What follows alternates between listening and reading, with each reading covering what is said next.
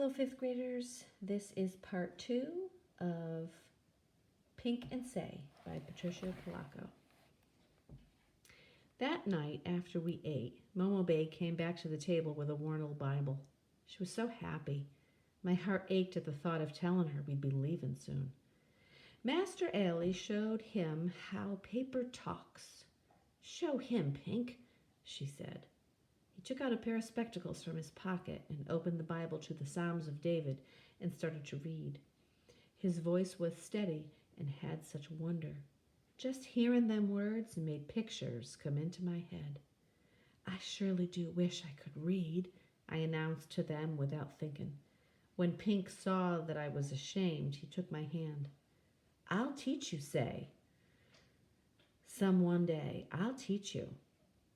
I could feel my face flushing up, and then I spoke up.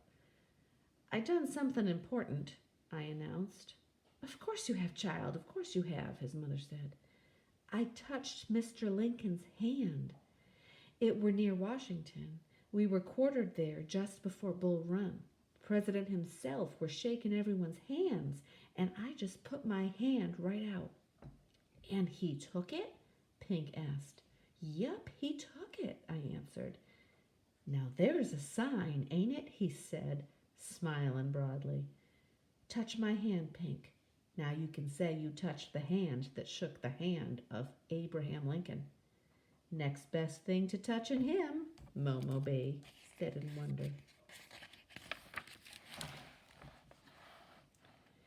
Most of the next day, Pink was studying an old map.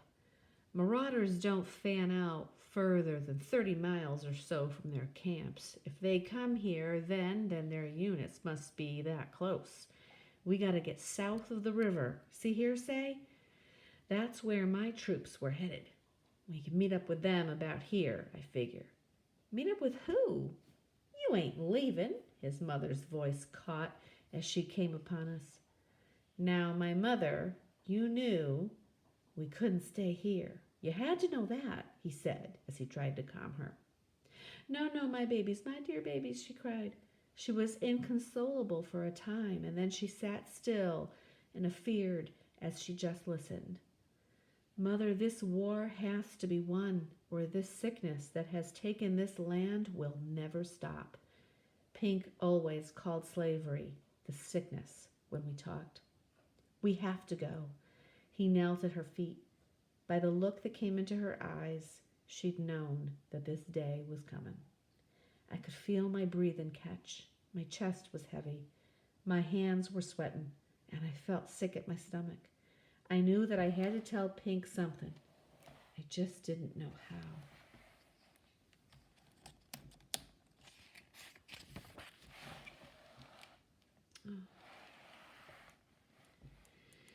That night, I couldn't sleep.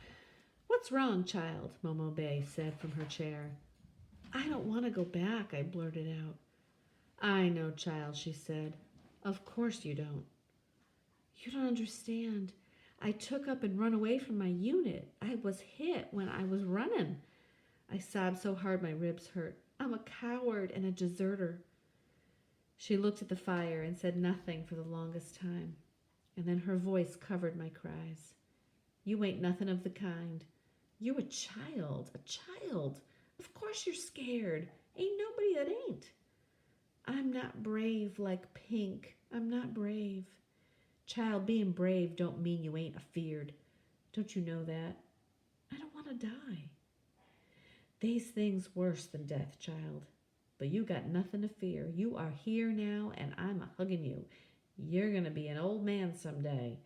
When it is your time, the sweet Lord'll send a hummingbird to fly your soul to heaven. Now you ain't afeared of hummingbirds, are you?" Her words brought me sweet sleep. That night I dreamt of hummingbirds and green pastures full of sunlight and wildflowers.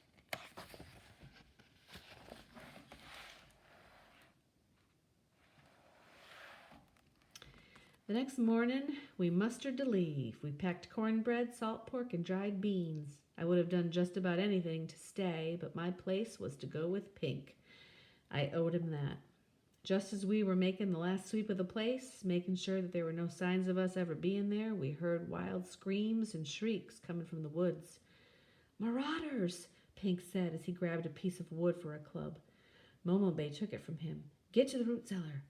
They ain't got no truck with an old dark woman. You get to that cellar, you hear?" We didn't like it, but then she pushed us. "Hurry, afore they're here." She lifted the root cellar door and shoved us in. "Don't come out till I tell you." We heard the porch steps creak as she ran from the cabin. "She's drawn them off," Pink whispered. When the marauders came in, my heart was pounding so hard I was sure they could hear it up there above us. There was a terrible commotion as they ransacked, looking for food. Then there was silence.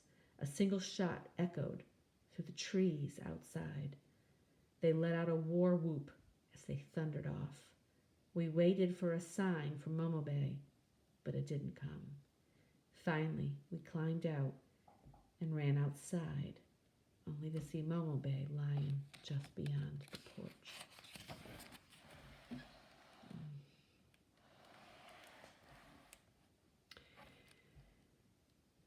"We put you in there way by staying here," Pink cried as he rocked her in his arms. Her eyes were looking in a faraway place as he closed them. "Your son loves you, Momo Bay. Your son loves you," he sobbed as he kissed her. We both held her hand until there was no more warmth in it.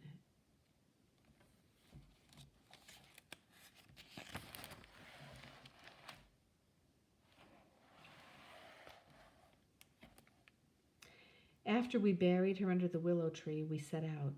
Pink figured we were a 3 days' walk from Union troops. He watched the movement of the sun. Her words still rang in my heart, her words about being brave. My steps were as sure now as they had ever been since the war started. We walked in the open, as clear as a country stroll under the morning of the second day, and then we knew we were being followed. "Take these," Pink said as he took his spectacles from his pocket. "If they catch me with them, there'll be trouble for sure." When they caught up to us, one yelled at me, "Where you going with that darky, boy?" I was afraid to answer because of my northern accent. It would dead sure give us away. "Boy, what outfit you part of?" their leader barked. I couldn't answer. "You Union boy?" one jeered as he pulled my uniform from my knapsack. "No, I ain't no Yankee. I got that from a dead one," I sputtered, trying to convince them. That was when we were grabbed. My words had given us away. We were prisoners of the Confederate Army. We were held up in a barn that night. Pink shivered with fever. I held him as he had done for me.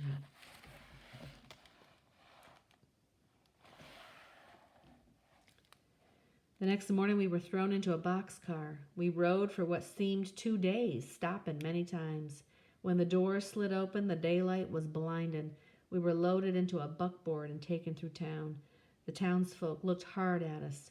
All they had left for us was mean looks and a heap of hate. We jarred to a stop in front of gates that marked the entrance to a stockade. "It says Andersonville," Pink whispered. My heart stopped. I had heard of this place.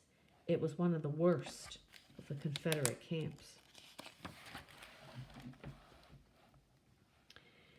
When we were pulled from the buckboard, we fell hard to the ground. "No, no," I begged as they pulled us both along. Because of his fever, Pink stumbled and fell. They dragged him along with such meanness. He did not protest until they forced us in different directions. Then he reached for me and said, "Let me touch the hand that touched Mr. Lincoln. Say, just one last time."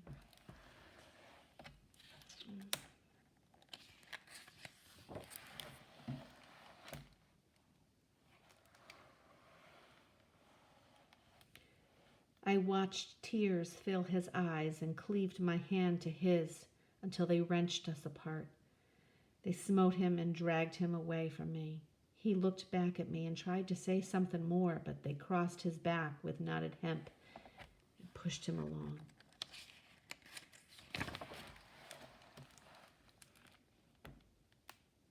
Sheldon Russell Curtis was released from Andersonville prison some months later, weighing no more than 78 pounds.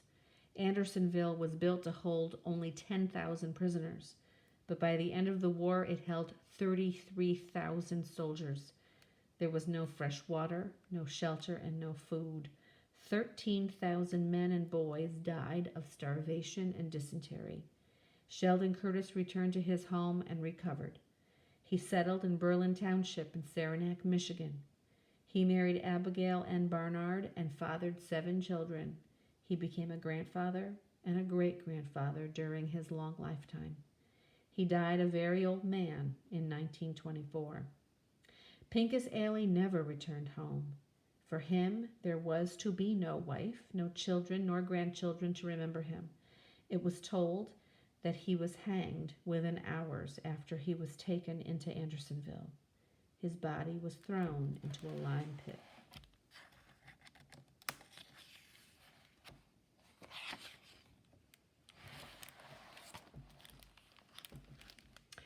I know this story to be true because Sheldon Russell Curtis told his daughter Rosa. Rosa Curtis Stowell told it to her daughter Estella. Estella Stowell Barber, in turn, told it to her son William. He then told me, his daughter, Patricia. When my father finished this story, he put out his hand and said, "This is the hand that has touched the hand, that has touched the hand, that shook the hand of Abraham Lincoln."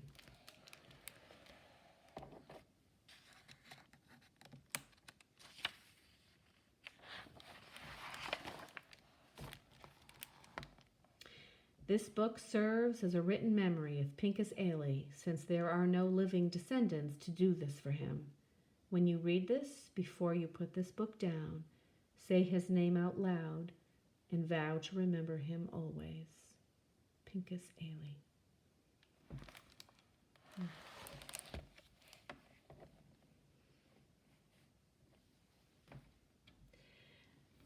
Fifth graders, I know that it's a tough story to hear, and I wish we could talk about it in the library together.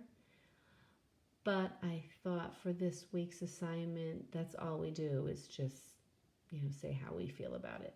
So check out the Google Doc and we'll talk about it together.